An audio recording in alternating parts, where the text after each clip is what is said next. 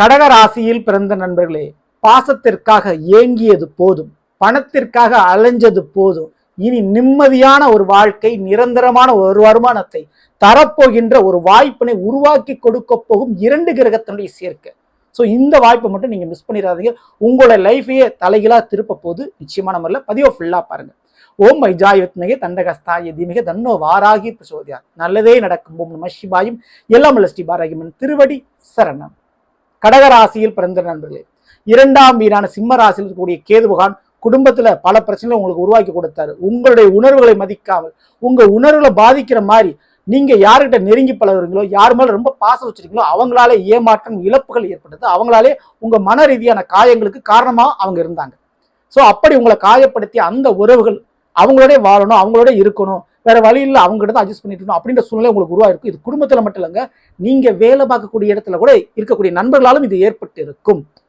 இப்படிப்பட்ட ஒரு கால சூழ்நிலையில சூரிய பகவான் அங்க பயிற்சி அடைஞ்சு போறாரு. எப்போ? ஆகஸ்ட் 15ஆம் தேதிக்கு பிறகு ஆவணி மாதத்துல. சூரியனுக்கு அது சொந்த வீடு. ஆவணி மாதத்துல கேதுவோடு சூரியன் இணையறாரு. கேதுவுடைய ஆட்டம் அடங்குது.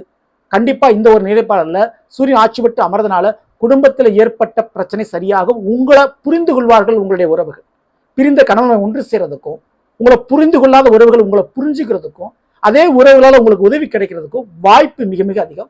அதே போல புதிய உறவு கிடைக்கக்கூடிய மாதமாக இது இருக்கும். நீங்க எதிர்பார்த்த மாதிரி உங்களுக்கு அன்பு, பாசம், கேரிங் எல்லாம் கொடுக்கக்கூடிய புதிய உறவுகள் கிடைக்கக்கூடிய மாதமாக இந்த ஆவணி மாதம் இருக்கக்கூடிய வாய்ப்பு உண்டு. உங்க வாழ்க்கையில புதுசா ஒருத்தங்க என்ட்ராவாங்க. அவங்களால உதவியோ பாசமோ கண்டிப்பா ஏதாவது ஒரு விஷயம் உங்களுக்கு கிடைக்கும். அதனால பயன்படுத்திங்க. அடுத்தபடியா பண ரீதியான பிரச்சனை. ஏன்னா தனஸ்தானம், குடும்பஸ்தானம். பணத்தை கொடுத்த இடத்துல திரும்ப கிடைச்சிருக்காது. வேலை பார்த்த இடத்துல சம்பள பாக்கி இருக்கும். தொழில் பண்ண இடத்துல பண லாபம் வந்திருக்காது, ஷேர் வந்திருக்காது. இது காரணம் கேது தான். இப்போ சூரியன் ஆட்சி பெற்று அமர்றாரு இல்லையா? அப்போ பணத்தை வசூல் பண்ணி கொடுத்துருவாரு. எதிர்பார்த்த மாதிரி பணம் ரிட்டர்ன் வந்துடும், பணம் கிடைச்சிரும், சம்பள பாக்கி முடிஞ்சிடும், சம்பள உயர்வு வேணா கிடைக்கும், சொந்த தொழில் ரீதியாக ஒரு லாபங்கள் கிடைக்கும், போட்ட முதலீடு லாபமாக மாறக்கூடிய வாய்ப்பு உண்டு. தேவையில்லாத விரைய செலவுகள் கொஞ்சம் குறையிறதுக்கு வாய்ப்பு உண்டு.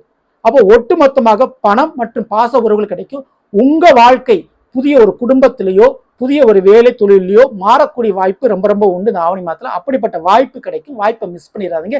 நீங்க பண்ண வேண்டியது மிக முக்கியமா இந்த ஆவணி மாத காலகட்டங்களில் வாய் பேச முடியாத ஊமையா இருக்கக்கூடிய அந்த குழந்தைகள் இருக்கக்கூடிய ஆசிரங்களுக்கு இல்லை ட்ரஸ்ட்டுக்கு போய் உங்களால் முடிஞ்ச உணவு தானம் பண்ணுங்க. அதே போல பிரதோஷ காலத்தன்று நந்தீஸ்வர பவனுடைய செவிகளில் உங்களுடைய குறைகளை சொல்லுங்க. அது மிகப்பெரிய அளவு நிவர்த்தியாக உங்களுக்கு முடியும். சரிங்களா? தவறாம இந்த வழிபாடுகளை பண்ணிக்கோங்க. இந்த பதிவு பிடிச்சிருந்தா லைக் பண்ணுங்க, மாற்றம் ஷேர் பண்ணுங்க. இது போல ஒவ்வொரு ராசிக்குண்டான பலங்களை தெரிஞ்சுன்னு வச்சுங்கன்னா மறக்காம நம்ம சேனலை ஃபாலோ பண்ணி வச்சுக்கோங்க. அடுத்த சந்திப்போம். நன்றி, வணக்கம்.